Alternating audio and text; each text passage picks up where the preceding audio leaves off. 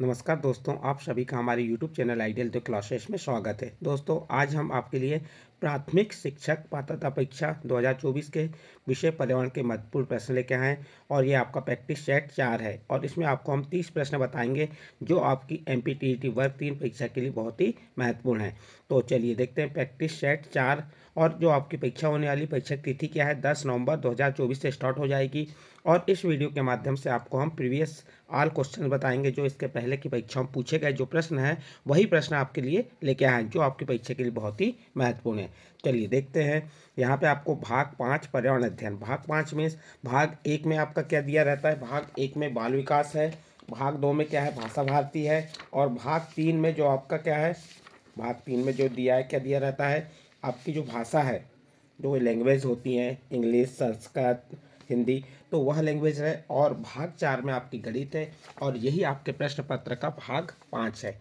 ये भाग 5 में आपको हम पर्यावरण अध्ययन से संबंधित जो महत्वपूर्ण प्रश्न है वह प्रश्नों के उत्तर आपको बताएंगे। तो चलिए देखते हैं इसका प्रश्न नंबर 1। प्रश्न नंबर 1 क्या दिया हुआ है, पढ़िए प्रश्न नंबर 1 को। प्रश्न नंबर 1 दिया हुआ है यहाँ पे, लड़के लड़कियों की अपेक्षा अधिक बुद्धिमान होते हैं। प्रश्न क्या है, लड़के लड़कियों की अपेक्षा अधिक बुद्धिमान होते हैं, यह कथन है। इसमें 4 ऑप्शन है। ए नंबर सही है, बी नंबर सही हो सकता है, सी नंबर बुद्धि भिन्न पक्षों के लिए सही है और डी नंबर लैंगिक पूर्वाग्रह को प्रदर्शित करता है। तो जो देखिए यहाँ लड़के और लड़कियों की अपेक्षा अधिक, लड़के लड़कियों की अपेक्षा अधिक बुद्धिमान होते हैं यह कथन है, तो इसका सही आंसर आ जाएगा आपका डी नंबर, लैंगिक पूर्वाग्रह को प्रदर्शित करता है। तो आपका आंसर में क्या आ जाएगा, लैंगिक पूर्वाग्रह। फिर नेक्स्ट प्रश्न है आपका प्रश्न नंबर 2। जो व्यक्ति एस्कार्बिक अम्ल द्वारा अधिक आहार लेते हैं उन्हें कौन सा रोग नहीं होता। A number rickets, B number pellagra, C number scurvy और डी नंबर बेरी। तो इसका सही आंसर आ जाएगा सी नंबर स्कर्वी। जो स्कर्वी है, यदि कोई भी व्यक्ति एस्कार्बिक अम्ल वाला अधिक आहार लेते हैं तो उन्हें स्कर्वी नामक रोग नहीं होता। ये आपका प्रश्न नंबर 2 हो गया। प्रश्न नंबर 3 क्या है, प्रश्न नंबर 3 में दिया है निम्नलिखित में से कौन प्रोटीन नहीं है। प्रश्न क्या है, निम्नलिखित में से कौन प्रोटीन नहीं है। ये चारों ऑप्शन में से आपको बताना है कि कौन सा प्रोटीन नहीं है। A number heparin, B number keratin, C number fibrin और डी नंबर एल्बुमिन। तो इसका सही आंसर आ जाएगा आपका ए नंबर हिपेरिन। निम्नलिखित में से कौन प्रोटीन नहीं है, तो ये जो हिपेरिन है ये क्या है, प्रोटीन नहीं है। नेक्स्ट अगला प्रश्न है आपका प्रश्न नंबर 4।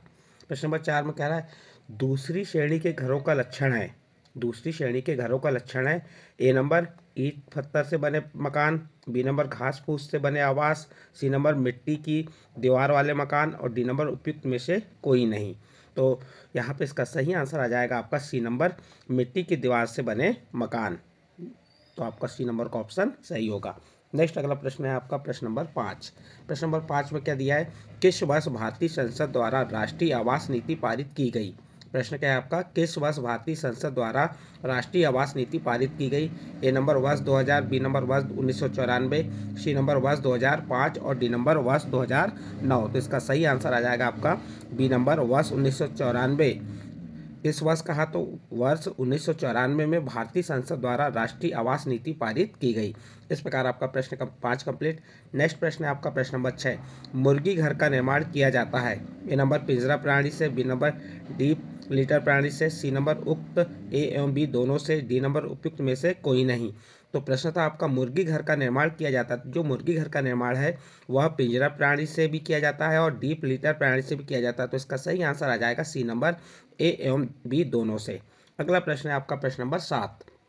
प्रश्न नंबर 7 क्या है, निम्न में से कौन खेल कूद का महत्व है। ए नंबर सामाजिकरण, बी नंबर सक्रिय भागीदारी, सी नंबर शारीरिक एवं मानसिक विकास, डी नंबर उपयुक्त सभी। तो यहाँ पे प्रश्न है आपका निम्न में कौन खेल कूद का महत्व है। तो देखिए यहाँ पे आपको सामाजिकरण में भी खेल कूद का महत्व है, सक्रिय भागीदारी में भी खेल कूद का महत्व है और शारीरिक एवं मानसिक विकास में भी खेल कूद का महत्व है। तो यहाँ आपका आंसर सही हो जाएगा उपयुक्त सभी। ए, बी और सी तीनों आ जाएंगे। सामाजिकरण, सक्रिय भागीदारिता, शारीरिक मानसिक विकास, ये तीनों खेलकूद के महत्व है, तो उपयुक्त सभी। तो इसका डी नंबर का ऑप्शन सही होगा। नेक्स्ट अगला प्रश्न है आपका प्रश्न नंबर 8। डाचीगाम राष्ट्रीय उद्यान है। ए नंबर हिमाचल प्रदेश में, बी नंबर जम्मू एवं कश्मीर में, सी नंबर तमिलनाडु में और डी नंबर सिक्किम में। प्रश्न था आपका डाचीगाम राष्ट्रीय उद्यान है, तो ये डाचीगाम राष्ट्रीय उद्यान कहाँ पे है? तो इसका सही आंसर आ जाएगा आपका बी नंबर, जम्मू एवं कश्मीर में। तो इसका बी नंबर का ऑप्शन सही होगा। नेक्स्ट अगला प्रश्न है आपका प्रश्न नंबर 9। शांत घाटी जिसे राष्ट्रीय पार्क का दर्जा प्राप्त है स्थित है। प्रश्न क्या है आपका? शांत घाटी जिसे राष्ट्रीय पार्क का दर्जा प्राप्त है स्थित है, कहाँ स्थित है? ए नंबर जम्मू कश्मीर में, बी नंबर तमिलनाडु में, सी नंबर पश्चिम बंगाल में, डी नंबर केरल में। तो ये शांत घाटी राष्ट्रीय पार्क का दर्जा है, जिसे राष्ट्रीय पार्क का दर्जा प्राप्त है, वह स्थित है। तो इसका सही आंसर आ जाएगा डी नंबर केरल में। इसके बाद नेक्स्ट प्रश्न है आपका प्रश्न नंबर 10 आ जाएगा आपका। प्रश्न नंबर 10 में क्या दिया है? ऊर्जा का पिरामिड होता है। प्रश्न क्या है आपका? ऊर्जा का पिरामिड होता है। ए नंबर सीधा, बी नंबर उल्टा, सी नंबर अनियमित और डी नंबर इनमें से कोई नहीं। तो इसका सही आंसर आ जाएगा ए नंबर सीधा। जो ऊर्जा का पिरामिड होता है वह कैसा होता है? सीधा होता है। तो यदि आपसे प्रश्न पूछता है कि ऊर्जा का पिरामिड होता है तो आप उत्तर बता देंगे सीधा होता है। इसके बाद नेक्स्ट प्रश्न है आपका प्रश्न नंबर 11। एक पोषण स्तर से दूसरे पोषण स्तर तक ऊर्जा का कितना भाग स्थानांतरित होता है? प्रश्न क्या है? एक पोषण स्तर से दूसरे पोषण स्तर पर ऊर्जा का कितना भाग स्थानांतरित होता है? A number 25%, B number 30%, C number 50% और डी नंबर 10%। तो सोचिए यहाँ पे क्या कह रहा है? एक पोषण स्तर से दूसरे पोषण स्तर पर ऊर्जा का कितना भाग स्थानांतरित होता है? तो इसका सही आंसर आ जाएगा डी नंबर 10%। कितना स्थानांतरित होता है? तो 10%। आपका आंसर डी नंबर का ऑप्शन सही होगा। इसके बाद नेक्स्ट प्रश्न है आपका प्रश्न नंबर 12। कविता पर्यावरण अध्ययन की कक्षा में गरीबी, निरक्षरता और वर्ग असमानता जैसे सामाजिक मुद्दों पर बल देना चाहती है। निम्नलिखित में से कौन सा अधिगम अनुभव इस उद्देश्य की प्राप्ति में अधिक प्रभावी होगा? प्रश्न एक बार रिपीट फिर से कर दे रहे हैं। कविता पर्यावरण अध्ययन की कक्षा में गरीबी, निरक्षरता और वर्ग असमानता जैसी सामाजिक मुद्दों पर बल देना चाहती है।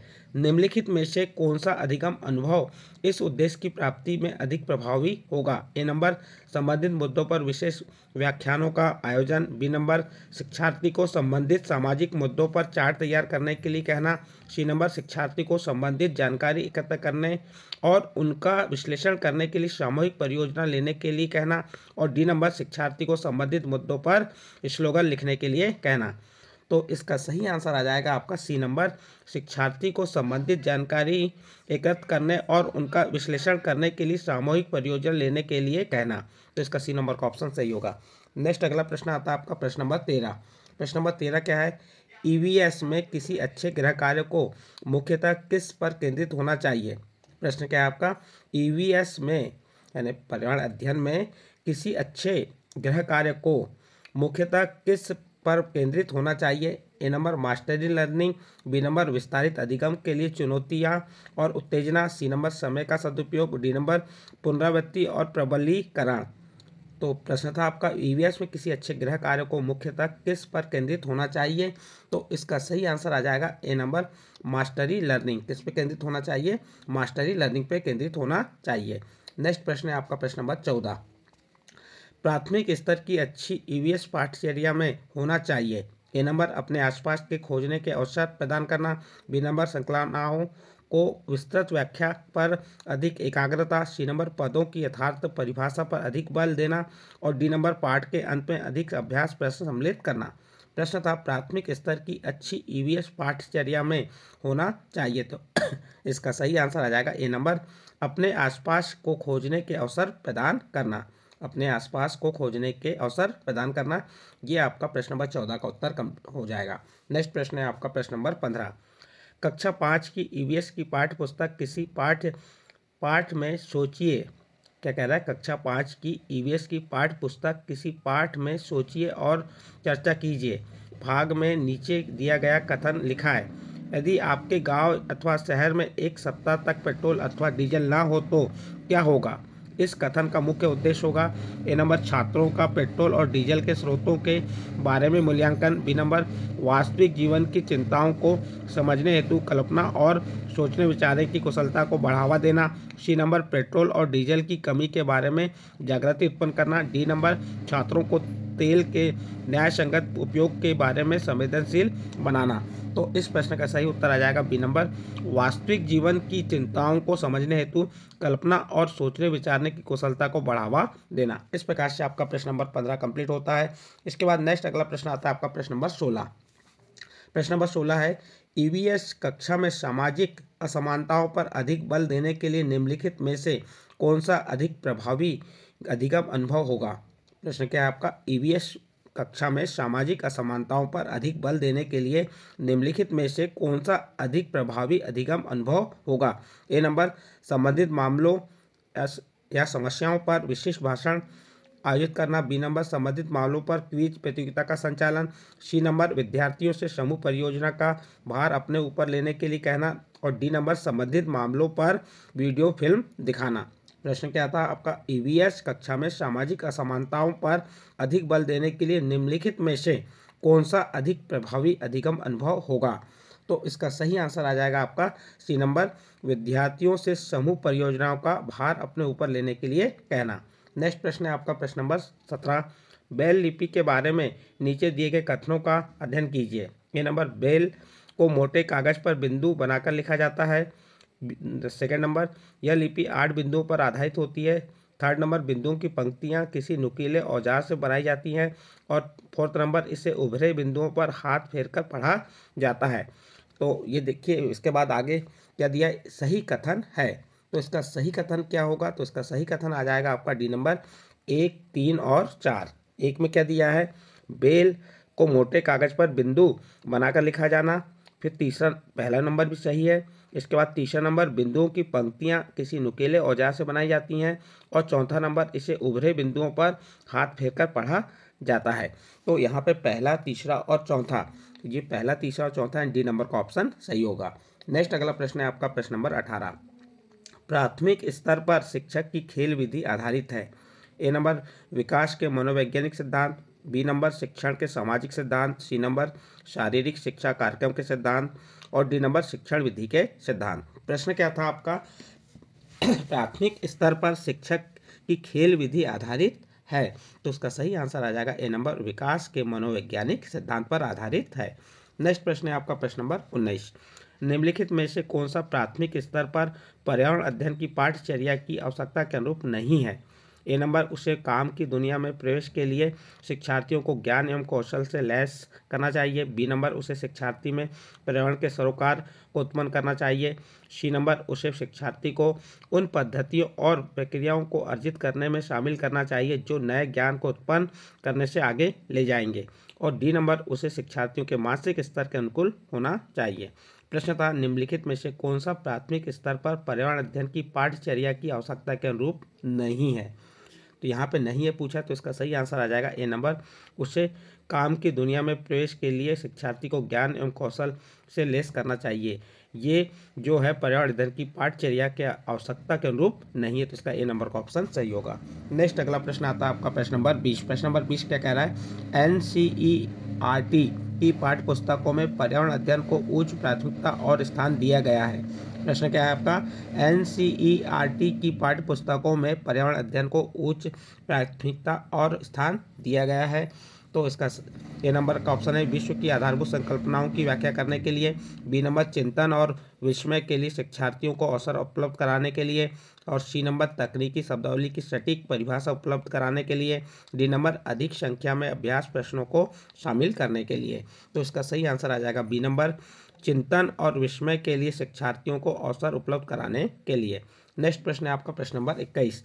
पर्यावरण अध्ययन की एक अच्छी पाठ्यचर्या को बच्चे के सही जीवन के प्रति सही और विषय के प्रति सही होना चाहिए। पाठ्यचर्या की निम्नलिखित विशेषताओं में से कौन सी उपयुक्त आवश्यकता को पूरा नहीं करती। ए नंबर, यह भय एवं पूर्वाग्रहों से मुक्त होने के मूल्य को बढ़ावा देती है। बी नंबर, यह विषय को एक सामाजिक प्रक्रम के रूप में देखने के लिए शिक्षार्थी हेतु आवश्यक है। सी नंबर, यह शिक्षण अधिगम प्रक्रिया पर अधिक बल देती है। और डी नंबर, यह शब्दावली और परिभाषाओं पर अधिक बल देती है। तो इसका सही आंसर आ जाएगा डी नंबर, यह शब्दावली और परिभाषाओं पर अधिक बल देती है। इस प्रकार आपका प्रश्न नंबर 21 कंप्लीट हुआ। नेक्स्ट प्रश्न आता है आपका प्रश्न नंबर 22। प्रश्न नंबर 22 कह रहा है, बीटी कपास है यहाँ पे प्रश्न पूछा है आपको, बीटी कपास है, ए नंबर 1 संकर पौधा, बी नंबर 1 ट्रांसजेनिक पौधा, सी नंबर 1 प्राकृतिक पौधा और डी नंबर 1 औषधि पौधा। तो ये बीटी कपास है, क्या है आपको ये बताना है। तो इसका सही आंसर आ जाएगा बी नंबर, यह एक ट्रांसजेनिक पौधा है, तो इसका बी नंबर का ऑप्शन सही होगा। देखिए बीटी कपास एक ट्रांसजेनिक पौधा है। इस कपास के पौधों से बेसिलस थुरिजिनसिस जीवाणु की उपस्थिति होती है। इस जीवाणु की उपलब्धि के कारण पौधों में कीटनाशक पैदा करने की क्षमता का विकास होता है, जिससे हानिकारक कीटों से पौधों की सुरक्षा होती है। इस प्रकार से ये आपका प्रश्न नंबर 22 का उत्तर कंप्लीट हुआ। इसके बाद नेक्स्ट प्रश्न है आपका प्रश्न नंबर 23। कौन सा वायुमंडलीय प्रदूषक अम्लीय वर्षा का मुख्य कारक है। प्रश्न क्या है आपका, कौन सा वायुमंडलीय प्रदूषक अम्लीय वर्षा का मुख्य कारक है। A number SO2 sulphur dioxide, B number H2S, C number HCl और डी नंबर N2। तो बताइए यहाँ पे कौन सा वायुमंडलीय प्रदूषण अम्लीय वर्षा का प्रमुख कारक है। तो इसका सही आंसर आ जाएगा SO2। अम्लीय वर्षा का मुख्य कारक SO2 में सल्फर डाइऑक्साइड गैस होती है, जो उद्योगों तथा वाहनों से उत्सर्जित होती है। जो देखिए यहाँ पे वायु प्रदूषण अम्लीय वर्षा का मुख्य कारक SO2 है, और ये किससे उत्पन्न होती है, किससे उत्सर्जित होती है, उद्योगों और वाहनों से उत्सर्जित होती है, तथा वर्षा की बूंदों तथा ओस की बूंदों के साथ मिलकर अम्लीयता का गुण प्रदर्शित करती है। इससे फसलों और इमारतों को क्षति पहुंचाती है और स्वास्थ्य पर हानिकारक प्रभाव पड़ता है। तो प्रश्न था आपका वायुमंडलीय प्रदूषक अम्लीय वर्षा का मुख्य कारक, तो आपका उत्तर हो जाएगा ए नंबर SO2। नेक्स्ट प्रश्न है आपका प्रश्न नंबर 24। प्रश्न नंबर 24 क्या कह रहा है, निम्न में कौन सर्वाधिक उत्पादन पारिस्थितिक तंत्र है। ए नंबर उष्णकटिबंधीय वर्षा वन, B number tundra, C number savanna और डी नंबर मरुस्थल। तो इसका सही आंसर आ जाएगा आपका ए नंबर उष्णकटिबंधीय वर्षा वन। निम्न में से कौन सर्वाधिक उत्पादन पारिस्थितिक तंत्र है। तो आपका उत्तर में आ जाएगा उष्णकटिबंधीय वर्षा वन सर्वाधिक उत्पादक पारिस्थितिक तंत्र है, क्योंकि इस प्रकार के वन विषुवत रेखा के आसपास पाए जाते हैं। जो आपके ये उष्णकटिबंधीय वर्षा वन है, ये किसके निकट पाए जाते हैं, विषुवत रेखा के आसपास पाए जाते हैं। परिणाम स्वरूप इस क्षेत्र में पर्याप्त वर्षा तथा पर्याप्त तापमान होने के कारण परिस्थिति तंत्र के उत्पादन के लिए आदर्श उत्पन्न हो जाती है। तो इस प्रकार से आपका प्रश्न नंबर 24 का उत्तर कंप्लीट हुआ। नेक्स्ट प्रश्न है आपका प्रश्न नंबर 25। प्रश्न नंबर 25 क्या है, कौन सी बीमारी दूषित जल पीने से फैलती है। A number AIDS, B number typhoid, C number anaemia और डी नंबर टिटनेस। तो बताइए सही आंसर क्या हो जाएगा इसका सही आंसर आ जाएगा आपका बी नंबर टाइफाइड। कौन सी बीमारी दूषित जल पीने से फैलती है, तो टाइफाइड। देखिए क्या होता है, टाइफाइड रोग दूषित जल पीने से फैलता है। इसे आर्द्र ज्वर या आंत का बुखार भी कहा जाता है। यह रोग साल्मोनेला टाइफोसा नामक जीवाणु से होता है, जो दूषित जल में पाया जाता है। ये आपका प्रश्न नंबर 25 का उत्तर कंप्लीट हुआ। नेक्स्ट अगला प्रश्न आता है आपका प्रश्न नंबर 26। वायुमंडल में 99% भाग पर किन दो गैसों का विस्तार है। प्रश्न क्या है, वायुमंडल में 99% भाग पर किन दो गैसों का विस्तार है। ए नंबर ओजोन एवं ऑक्सीजन, बी नंबर ऑक्सीजन एवं nitrogen, C number carbon dioxide एवं ओजोन और डी नंबर आर्गन एवं ओजोन। तो यहाँ पे आपका सही आंसर आ जाएगा बी नंबर ऑक्सीजन एवं नाइट्रोजन। देखिए ऑक्सीजन कितनी परसेंट पाई जाती है, ऑक्सीजन 21% और 78% क्या पाई जाती है, नाइट्रोजन। तो वायुमंडल में 99% भाग पर किन दो गैसों का विस्तार है। तो आपका उत्तर हो जाएगा ऑक्सीजन एवं नाइट्रोजन। वायुमंडल में अनेक प्रकार की गैसें होती हैं। वायुमंडल में क्या होती हैं, अनेक प्रकार की गैसें होती हैं। इन गैसों में सबसे ज़्यादा कौन सी गैस पाई जाती है, वह है नाइट्रोजन गैस। नाइट्रोजन गैस 78% होती है, तथा दूसरी सबसे ज़्यादा गैस ऑक्सीजन 21% होती है। इस प्रकार वायुमंडल में नाइट्रोजन एवं ऑक्सीजन की कुल मात्रा लगभग 99% है। बाकी अन्य गैसें आ जाएंगी 1% में। इसके बाद नेक्स्ट प्रश्न है आपका प्रश्न नंबर 27। वायुमंडल की सबसे निचली परत क्या है, नाम है। प्रश्न क्या है आपका, वायुमंडल की सबसे निचली परत क्या है, वायुमंडल की सबसे निचली परत का क्या नाम है। ए नंबर समताप मंडल, बी नंबर ओजोन मंडल, सी नंबर आयन मंडल और डी नंबर क्षोभ मंडल। प्रश्न है आपका वायुमंडल की सबसे निचली परत का क्या नाम है। तो इसका सही आंसर आ जाएगा आपका डी नंबर क्षोभ मंडल। वायुमंडल की सबसे निचली परत का क्या नाम है, तो आप बता देंगे उसका नाम क्षोभ मंडल। देखिए वायुमंडल की सबसे निचली परत को क्षोभ मंडल कहते हैं। यह मंडल पृथ्वी से लगभग 18 से 8 किलोमीटर की ऊंचाई पर स्थित है। विषुवत रेखा पर इसकी ऊंचाई 18 किलोमीटर तथा ध्रुवों पर 8 किलोमीटर की ऊंचाई पर स्थित है। मौसम संबंधित सभी घटना आंधी, तूफान, वर्षा इसी मंडल में घटित होती हैं। इस प्रकार से आपका प्रश्न नंबर 27 का उत्तर कंप्लीट होता है। नेक्स्ट अगला प्रश्न आता है आपका प्रश्न नंबर 28। विटामिन सी की कमी से होने वाली बीमारी का क्या नाम है? A number scurvy, B number beriberi, C number रतौंधी और डी नंबर थकान। प्रश्न क्या है? विटामिन सी की कमी से होने वाली बीमारी का क्या नाम है? तो इसका सही आंसर आ जाएगा ए नंबर स्कर्वी। विटामिन सी की कमी से होने वाली बीमारी कौन सी है? स्कर्वी है। देखो, शरीर में विटामिन सी की कमी से कौन सा रोग होता है आपको मालूम होना चाहिए। तो वह है आपका स्कर्वी नामक रोग हो जाता है। इससे मसूड़ों से खून आने लगता है तथा जख्म जल्दी नहीं भरते। विटामिन सी का रासायनिक नाम स्कॉर्बिक एसिड होता है। देखिए, विटामिन सी का रासायनिक नाम क्या है? स्कॉर्बिक एसिड होता है। यह खट्टे पदार्थों में पाया जाता है। आंवले में सबसे ज़्यादा विटामिन सी पाया जाता है। इसके बाद नेक्स्ट प्रश्न है आपका प्रश्न नंबर 29। भारत की प्रथम महिला आईपीएस अफसर कौन है? A number Pratibha Patil, B number Padmaja Naidu, C number Kiran Bedi और डी नंबर हंसा मेहता। प्रश्न क्या है? भारत की प्रथम महिला आईपीएस अफसर कौन है? तो इसका सही आंसर आ जाएगा सी नंबर किरण बेदी। किरण बेदी कौन है? भारत की प्रथम महिला आईपीएस अफसर है। देखिए, भारत की प्रथम महिला आईपीएस 1972 की बैच की किरण बेदी है। जो किरण बेदी कौन सी बैच की है? 1972 की बैच की, यानी प्रथम आईपीएस महिला है। वर्तमान में किरण बेदी दिल्ली केंद्र शासित राज्य की भाजपा की राजनीतिक उम्मीदवार है दिल्ली विधानसभा चुनाव 2015 के अनुसार। इस प्रकार से आपका प्रश्न नंबर 29 कंप्लीट होता है। और अब इस वीडियो का अंतिम प्रश्न है आपका पर्यावरण अध्ययन का प्रैक्टिस सेट कौन सा है? ये प्रैक्टिस सेट 4 का अंतिम प्रश्न क्या है? असोम का प्रसिद्ध एक सींग वाले गेंडे वाला वन्य जीव अभ्यारण्य कौन सा है? प्रश्न क्या है आपका? असोम असोम असोम मीन्स असम का प्रसिद्ध एक सींग वाले गेंडे वाला वन्य जीव अभ्यारण्य कौन सा है? A number Manas, B number Kaziranga, C number Gir जंगल और डी नंबर कान्हा किशलई। तो इसका सही आंसर आ जाएगा बी नंबर काजीरंगा। एक सींग वाले गेंडे के संरक्षण के लिए असम राज्य में काजीरंगा वन्य जीव अभ्यारण्य की स्थापना की गई और उस अभ्यारण्य की स्थापना 1908 में हुई थी। तो इस प्रकार से आपके यहाँ पे 30 प्रश्न कंप्लीट होते हैं। और ये किस विषय के थे? पर्यावरण अध्ययन के थे। और किस परीक्षा के लिए? जो प्राथमिक शिक्षक पात्रता परीक्षा होने वाली है उसके ये महत्वपूर्ण प्रश्न थे विषय पर्यावरण के। और ये आपका प्रैक्टिस सेट कौन सा है? प्रैक्टिस सेट 4 है। इसके पहले के वीडियो में हमने प्रैक्टिस सेट 1, 2, 3 तक बता चुके थे। और इस वीडियो के माध्यम से आपको प्रैक्टिस सेट 4 के महत्वपूर्ण 30 प्रश्न बताए।